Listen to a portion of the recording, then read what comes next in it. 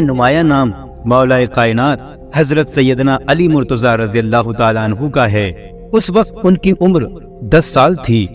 بچوں میں سب سے پہلے اسلام قبول کرنے کا شرف انہیں نصیب ہوا۔ نبی کریم صلی اللہ علیہ وسلم آپ علیہ السلام کے چچا زاد بھائی ہیں، لیکن ایک موقع پر آقا کریم صلی اللہ علیہ وسلم نے ارشاد فرمایا کہ اے علی، تو میرا دنیا میں بھی بھائی ہے اور آخرت میں بھی میرا بھائی ہے۔ ایک بار نبی کریم صلی اللہ علیہ وسلم نے ارشاد فرمایا، میں علم کا شہر ہوں اور علی اس کا دروازہ ہے۔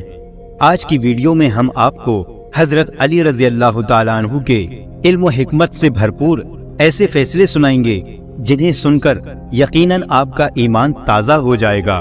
اس لیے آپ سبھی سے گزارش ہے کہ ویڈیو کو دھیان سے سنیں اور بنا اسکپ کیے لاسٹ تک دیکھیں۔ حضرت عبید اللہ رضی اللہ تعالیٰ عنہ فرماتے ہیں کہ حضرت سیدنا علی مرتضیٰ رضی اللہ تعالیٰ عنہ کے پاس ایک سائل آیا اور سوال کیا۔ آپ رضی اللہ تعالیٰ عنہ نے حضرت سیدنا امام حسن رضی اللہ تعالیٰ عنہ سے کہا کہ اپنی ماں کے پاس جاؤ اور ان سے کہو کہ میں نے انہیں جو 6 درہم دیے تھے ان میں سے 1 درہم دے دیں۔ حضرت سیدنا امام حسن رضی اللہ تعالیٰ عنہ گئے اور آ کر کہا کہ والدہ کہتی ہیں کہ وہ 6 درہم تو آپ رضی اللہ تعالیٰ عنہ نے آٹے کے لیے رکھ چھوڑے ہیں۔ آپ رضی اللہ تعالیٰ عنہ نے فرمایا کہ اس آدمی کا ایمان سچا نہیں ہو سکتا جب تک کہ اس بندے کو اس چیز پر جو اللہ کے قبضے میں ہے زیادہ اعتماد نہ ہو بنسبت اس چیز کے جو کہ بندے کے قبضے میں ہے۔ تم جا کر اپنی ماں سے کہو کہ وہ 6 درہم دے دیں۔ چنانچہ حضرت سیدنا فاطمہ رضی اللہ تعالیٰ عنہ نے وہ 6 درہم دے دیے۔ آپ رضی اللہ تعالیٰ عنہ نے وہ 6 درہم اس سائل کے حوالے کر دیے۔ ابھی آپ رضی اللہ تعالیٰ عنہ گھر میں داخل بھی نہیں ہوئے تھے کہ ایک شخص آیا۔ اس کے پاس ایک اونٹ تھا اور وہ اس اونٹ کو بیچنا چاہتا تھا۔ آپ رضی اللہ تعالیٰ عنہ نے اس شخص سے کہا کہ وہ اس اونٹ کو کتنے میں بیچنا چاہتا ہے۔ اس شخص نے جواب دیا کہ میں اسے 140 درہم میں بیچوں گا۔ آپ رضی اللہ تعالیٰ عنہ نے فرمایا، اس اونٹ کو ادھر باندھ دے مگر ایک شرط پر کہ میں اس کی قیمت کچھ دیر کے بعد ادا کروں گا۔ اس شخص نے رضامندی ظاہر کر دی۔ وہ شخص مان گیا اور اونٹ کو باندھ کر چلا گیا۔ حضرت سیدنا علی مرتضیٰ رضی اللہ تعالیٰ عنہ ابھی کھڑے ہی تھے کہ ایک اور شخص آیا اور اس نے آپ رضی اللہ تعالیٰ عنہ سے دریافت کیا کہ یہ اونٹ کس کا ہے؟ آپ رضی اللہ تعالیٰ عنہ نے فرمایا، یہ اونٹ میرا ہے۔ اس شخص نے کہا، کیا آپ کا ارادہ اسے بیچنے کا ہے؟ حضرت علی رضی اللہ تعالیٰ عنہ نے فرمایا، ہاں۔ اس شخص نے قیمت پوچھی تو آپ رضی اللہ تعالیٰ عنہ نے اسے اونٹ کی قیمت 200 درہم بتائی۔ اس آدمی نے 200 درہم دے کر وہ اونٹ لے لیا۔ کچھ دیر بعد وہ شخص آیا جس سے آپ رضی اللہ تعالیٰ عنہ نے اونٹ لیا تھا۔ حضرت علی رضی اللہ تعالیٰ عنہ نے اسے 140 درہم دے دیے اور 60 درہم لے کر حضرت سیدنا فاطمہ الزہرا رضی اللہ تعالیٰ عنہ کے پاس آئے اور انہیں وہ 60 درہم دے دیے۔ حضرت سیدنا فاطمہ الزہرا رضی اللہ تعالیٰ عنہ نے پوچھا کہ جی کہاں سے آئے؟ حضرت سیدنا علی رضی اللہ تعالیٰ عنہ نے فرمایا، یہ وہ ہیں جس کا اللہ تعالیٰ نے وعدہ کیا ہے اور ہم نے حضور نبی کریم صلی اللہ علیہ وسلم سے سنا ہے کہ جو اللہ تعالیٰ کی راہ میں 1 خرچ کرے گا اسے 10 ملیں گے۔ چنانچہ میں نے اس سائل کو 6 درہم دیے اور اللہ تعالیٰ نے مجھے ان کے عوض میں 60 درہم دے دیے۔ نبی کریم صلی اللہ علیہ وسلم کی ایمانداری اور صداقت دور دور تک مشہور تھی، لہٰذا لوگ آپ کے پاس اپنی امانتیں رکھوایا کرتے تھے اور جب ان کو ان کی چیزوں کی ضرورت ہوتی تو نبی کریم صلی اللہ علیہ وسلم ان کو لوٹا دیا کرتے تھے۔ ہجرت مدینہ کی رات رسول اللہ صلی اللہ علیہ وسلم نے حضرت علی رضی اللہ تعالیٰ عنہ کو اپنے پاس رکھی ہوئی ساری امانتیں سپرد کی اور ان سے یہ ارشاد فرمایا کہ آپ ان امانتوں کو صاحب امانت تک پہنچا دیں۔ صبح کے وقت مکہ مکرمہ میں ایک عجیب واقعہ پیش آیا۔ ابو سفیان کے بیٹے حنظلہ نے عمیر بن وائل سقزی کو بلایا اور اس سے کہا، تم علی ابن طالب کے پاس جاؤ اور اس سے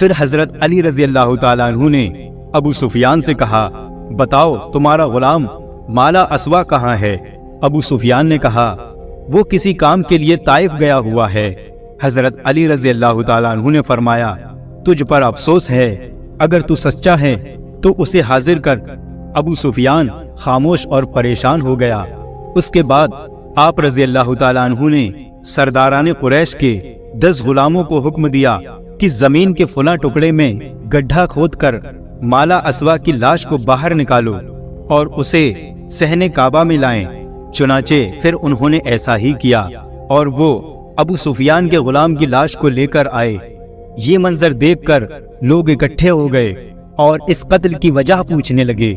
حضرت علی رضی اللہ تعالیٰ عنہ نے فرمایا، حنظلہ اور ابو سفیان نے اسے رشوت دی تھی اور اس سے کہا کہ اگر تو علی کو قتل کر دے گا تو ہم تجھے آزاد کر دیں گے، اور ان کا غلام اس پر راضی ہو گیا۔ حنظلہ نے اس کو تلوار دی، وہ اندھیرے میں چھپ کر بیٹھ گیا تاکہ مجھے قتل کرے۔ جب میں اس کے قریب گیا تو وہ کھڑا ہو کر تلوار سے میرے سر پر وار کرنے لگا۔ میں نے اس سے تلوار کھینچ لی اور ایک وار میں اسے قتل کر دیا، اور یوں اس کے مکر و فریب کا کوئی نتیجہ نہیں نکلا۔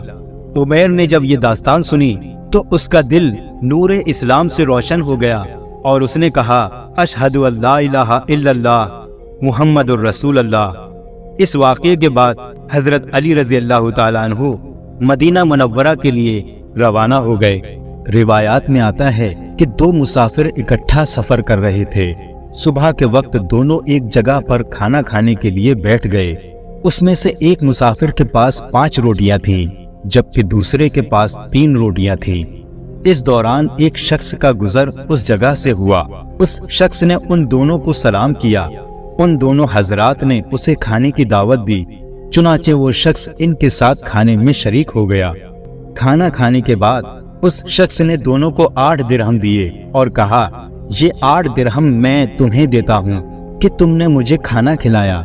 اس کے بعد وہ شخص چلا گیا۔ اس شخص کے جانے کے بعد ان دونوں مسافروں کے درمیان رقم کی تقسیم پر جھگڑا شروع ہو گیا۔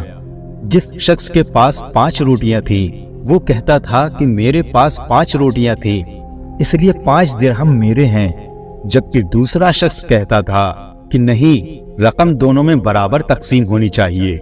جب یہ معاملہ حد سے زیادہ بڑھ گیا، یہ دونوں شخص اپنا مقدمہ لے کر حضرت سیدنا علی مرتضیٰ رضی اللہ تعالیٰ عنہ کی بارگاہ میں حاضر ہوئے۔ حضرت سیدنا علی مرتضیٰ رضی اللہ تعالیٰ عنہ نے ان دونوں کی بات غور سے سنی اور فرمایا، جس شخص کے پاس 5 روٹیاں تھیں اسے 5 درہم ملنے چاہیے۔ دوسرے شخص نے آپ رضی اللہ تعالیٰ عنہ کے فیصلے پر اعتراض کیا۔ آپ رضی اللہ تعالیٰ عنہ نے فرمایا، یہ منصفانہ فیصلہ ہے، اور اگر میں فیصلہ کروں تو تمہیں 1 درہم ملے گا۔ حضرت سیدنا علی مرتضیٰ رضی اللہ تعالیٰ عنہ کی بات کو سن کر محفل میں جتنے لوگ بیٹھے تھے وہ بھی حیران ہو گئے۔ آپ رضی اللہ تعالیٰ عنہ نے اس شخص کو مخاطب کرتے ہوئے کہا کہ تم دونوں کی روٹیوں کے کل 24 ٹکڑے ہوئے اور ہر شخص کے حصے میں 8 ٹکڑے آئے۔ اب تمہارے 3 روٹیوں کے کل 9 ٹکڑے ہوئے، جس میں سے 8 خود تم نے کھا لیے اور 1 بچ گیا، جبکہ دوسرے شخص کی 5 روٹیوں کے 15 ٹکڑے ہوئے، جس میں سے اس نے 8 ٹکڑے کھائے اور 7 بچ گئے۔ لہٰذا تمہارے 1 ٹکڑے کے بدلے تمہیں 1 درہم اور اس کے 7 ٹکڑوں کے بدلے اسے 7 درہم ملیں گے۔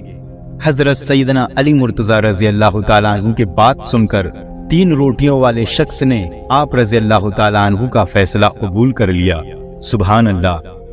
دوستو، اسی طرح سے ایک اور دلچسپ واقعہ حضرت علی رضی اللہ تعالیٰ عنہ کے سامنے پیش آیا۔ مدینہ منورہ میں ایک لڑکے کو گرفتار کر کے سپاہی لے جا رہے تھے۔ اس لڑکے نے حضرت علی رضی اللہ تعالیٰ عنہ کو دور سے دیکھ کر پکارا اور کہا، اے علی بن ابی طالب، مجھے بچاؤ۔ حضرت علی رضی اللہ تعالیٰ عنہ نے پوچھا، کیا ہوا؟ تو وہ لڑکا کہنے لگا، مولا کائنات، میں بے گناہ ہوں، مجھے بے گناہی کے باوجود قتل کی سزا سنا دی گئی ہے، مجھے بچاؤ، میں بے گناہ ہوں۔ حضرت علی رضی اللہ تعالیٰ عنہ نے سپاہیوں سے پوچھا کہ کیا بات ہے؟ سپاہیوں نے کہا، اے علی رضی اللہ تعالیٰ عنہ، آپ کو معلوم نہیں ہے کہ اس لڑکے نے اپنے مالک کو قتل کیا ہے اور مالک کے قتل کے بدلے میں اس کو قتل کیا جا رہا ہے۔ حضرت علی رضی اللہ تعالیٰ عنہ نے لڑکے سے پوچھا کہ بھائی تو نے مالک کو قتل کیا ہے؟ اس لڑکے نے کہا کہ ہاں، میں نے مالک کو قتل کیا ہے۔ تو حضرت علی رضی اللہ تعالیٰ عنہ نے فرمایا تو پھر تیرا قتل اس قتل کے بدلے میں جائز ہے۔ تو اس لڑکے نے کہا کہ جائز نہیں ہے، کیونکہ میرا مالک میرے ساتھ برائی کا ارادہ کرتا تھا، میری عزت پر وہ حملہ کرنا چاہتا تھا، تو میں نے اپنی عزت کو بچانے کے لیے اس کو قتل کر دیا۔ میں نے سنا ہے کہ نبی کریم صلی اللہ علیہ وسلم کا حکم ہے کہ جو آدمی عزت کو بچانے کے لیے کسی کو قتل کر دے تو اس کے بدلے میں اس کو قتل نہیں کیا جا سکتا۔ حضرت علی رضی اللہ تعالیٰ عنہ نے سپاہی سے پوچھا کیا یہ سچ ہے؟ تو سپاہی نے کہا کہ بات تو ٹھیک ہے، لیکن اس کے پاس اس واقعے کا کوئی گواہ نہیں ہے کہ وہ اس کے ساتھ برائی کا ارادہ کرتا تھا۔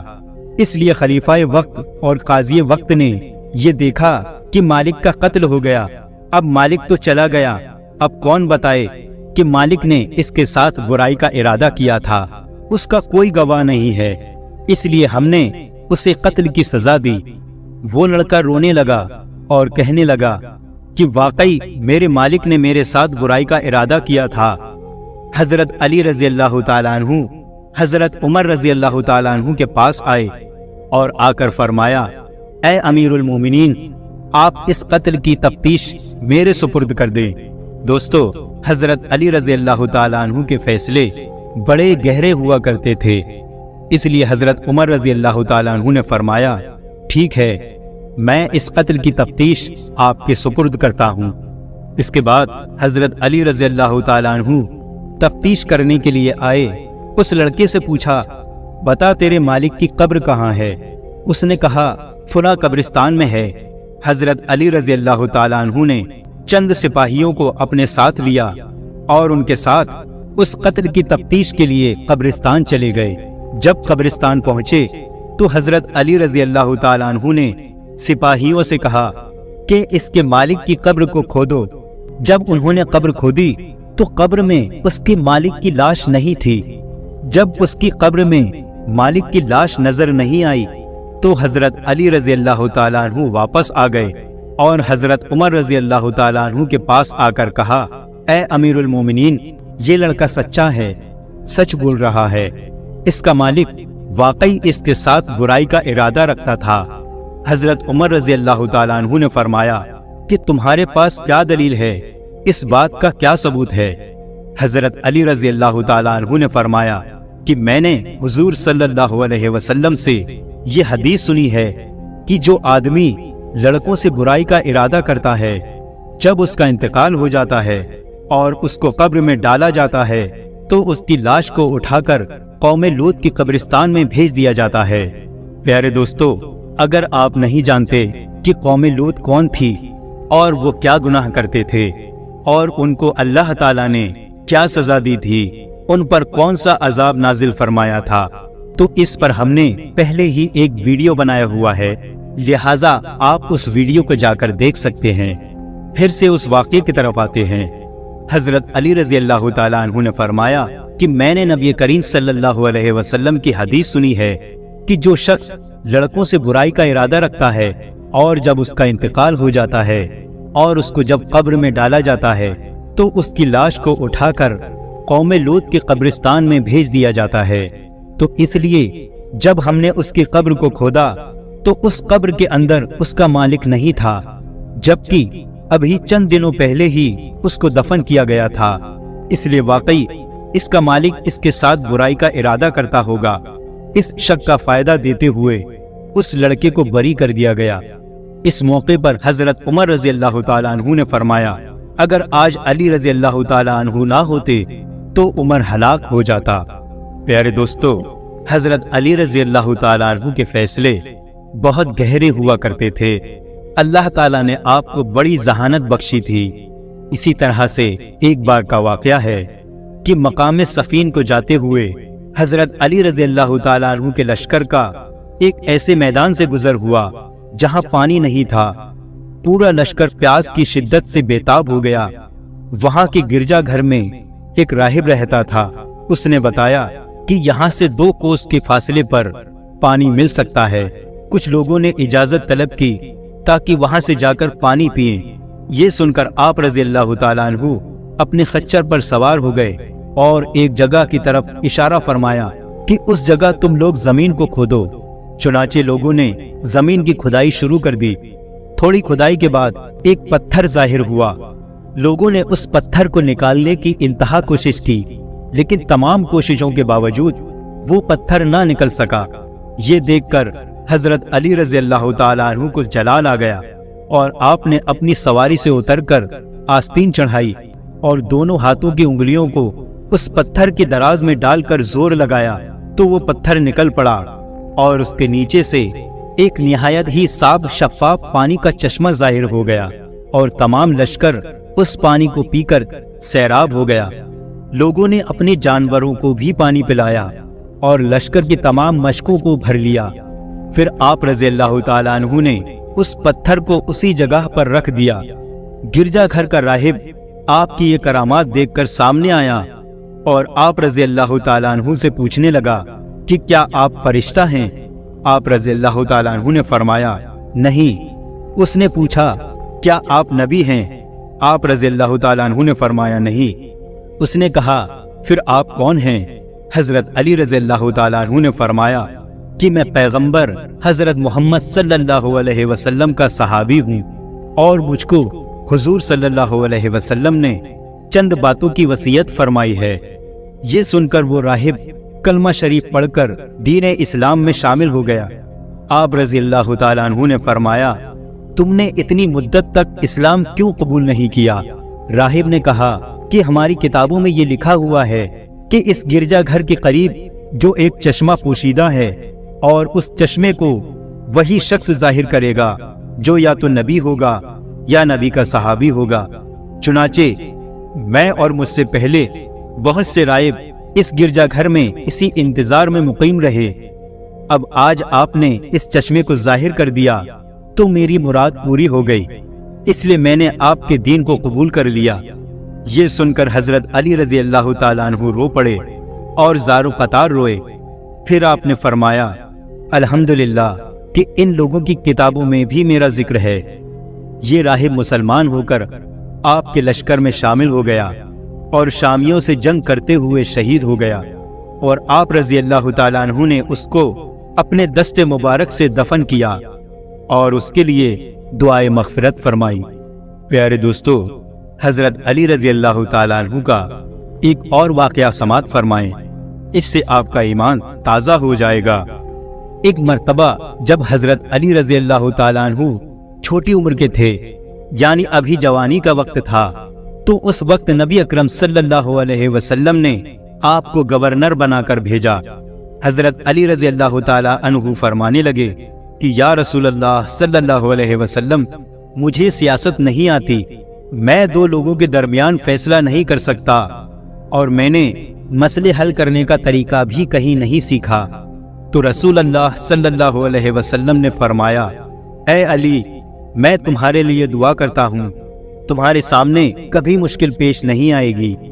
بس یہ یاد رکھنا کہ جب بھی تمہارے پاس کوئی شخص فریاد لے کر آئے تو تم دوسرے شخص کی بھی بات کو مکمل سننا اور دوسرے شخص کی بات سنے بغیر کبھی فیصلہ نہ کرنا۔